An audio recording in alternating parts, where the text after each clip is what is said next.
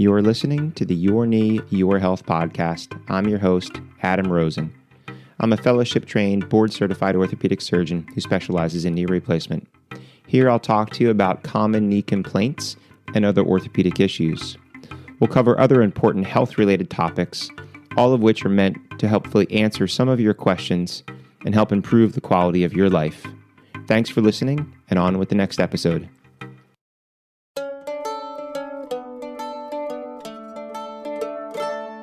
Hello and welcome back. This is Adam Rosen, and you're listening to the Your Knee, Your Health podcast. In today's episode, I want to talk to you about forest bathing. This is a term which is from Japan. And I hopefully I pronounced this correct. It's a Shinrin-Yoku, which just roughly translates into forest and bath. But it is something that has been shown in lots of scientific studies to actually help improve your health. So if you haven't already, I do have a bunch of content up on YouTube, and I'm actually working on a video that will go along with this talk about some similar things and a couple different things, but it also includes some really nice pictures that I've had the pleasure of experiencing firsthand because I have always enjoyed the outdoors. And years ago, when I found my love for the outdoors, I didn't really know there was a term for it, but I do know that those times that I have spent in the woods, in the mountains, on the river, and especially those times that I've spent with my kids in those environments, whether I was skiing or rafting or just hiking, those are some of the best and the most memorable times that we've had. And everybody comes away from that experience just feeling better. And now there's actually, some science to it because, there's these words that we hear about from different areas of the world, hygge, the Danish word, which roughly translated into being cozy and togetherness, which is more of an indoor kind of thing, and people have been familiar with that. And also, there's been another term. This is actually first described in 1859 in a poem, and hopefully I don't butcher the pronunciation, but friluftsliv, which is a Norwegian term, which is more the idea of open air living. And these have all been actually talked about very recently in multiple media forms on NPR and Time Magazine, National Geographic. So if you're interested, and I'll put the links in the show notes, there is a book about this Norwegian open-air living by Oliver Delory, and it's called Connect with Nature, the Norwegian Way. And then there's also a book about forest bathing by Dr. Quinn Lee, which is called Forest Bathing, How Trees Can Help You Find Health and Happiness. Because there is science that has actually looked at this and has found that when you immerse yourself in nature, you can decrease your blood pressure, you can improve your immunity, and you can actually decrease stress and stress hormones. They actually found that there's these chemicals in cedar, and that chemical alone can actually reduce your stress hormones and actually improve or increase the activity of your white blood cells. Those are the cells in our body that fight infection. And it couldn't be more timely with what's going on in our world. People can't travel, you're stuck inside, there's the risk of an infection. So what can you do that's safe, both now and for the rest of your life is get outside. And it doesn't mean that you have to travel and go deep into the forest. Sometimes a local park or a small trail may afford you the ability to be immersed in the outdoors. And we're not talking about a super strenuous hike. This isn't going outside and working up a sweat and covering 20 miles or, 15,000 feet of elevation. This is just get outside, not stressing, slowing down, and then using your senses to see, look, hear, feel what is around you. So, get out in nature, stop, sit down. Maybe there's a bench, sit down on a bench, or just sit down on the earth, sit down on a rock and listen. Do you hear birds chirping? Do you hear leaves rustling? Maybe there's a stream or a creek nearby. Do you hear the water trickling? Maybe there's a waterfall.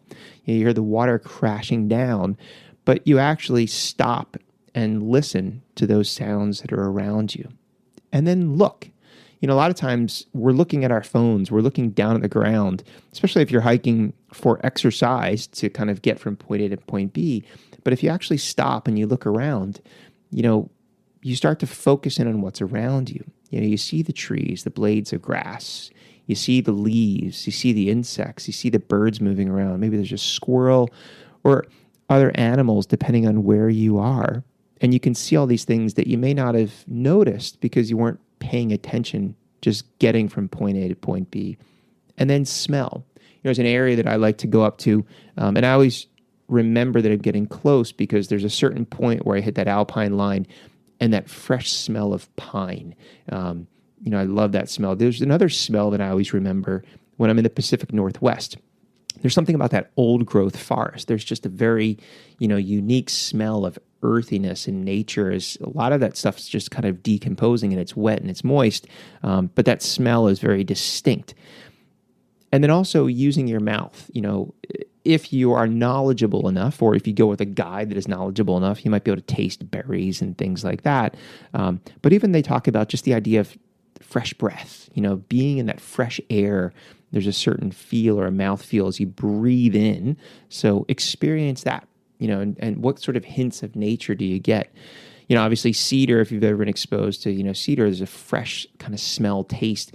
I remember once when I was up in Yosemite, I turned a corner and it was just this incredibly pungent kind of smell and taste. Like, wow, what is that? And it was actually this huge tree that was a California bay leaf tree.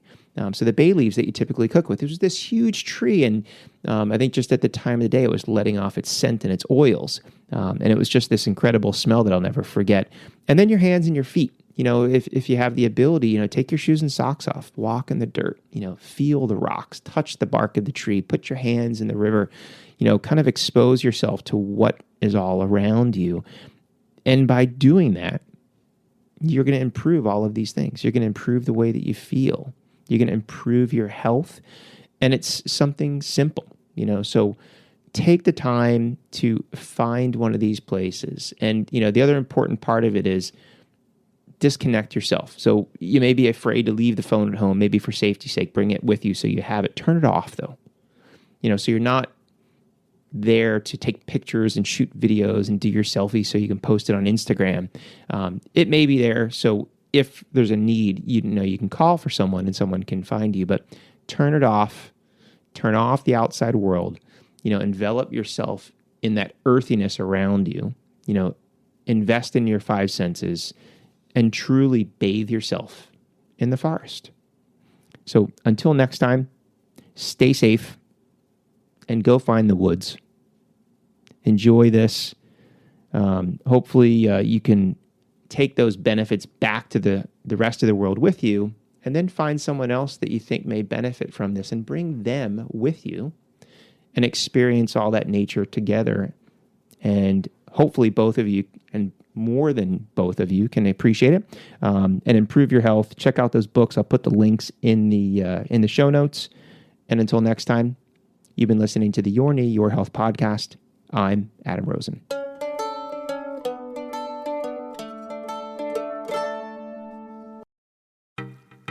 Thanks for listening to the Your Knee, Your Health podcast.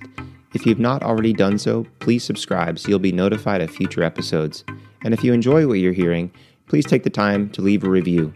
It helps other people like you find the show. I'm your host, Adam Rosen, and until next time, stay safe.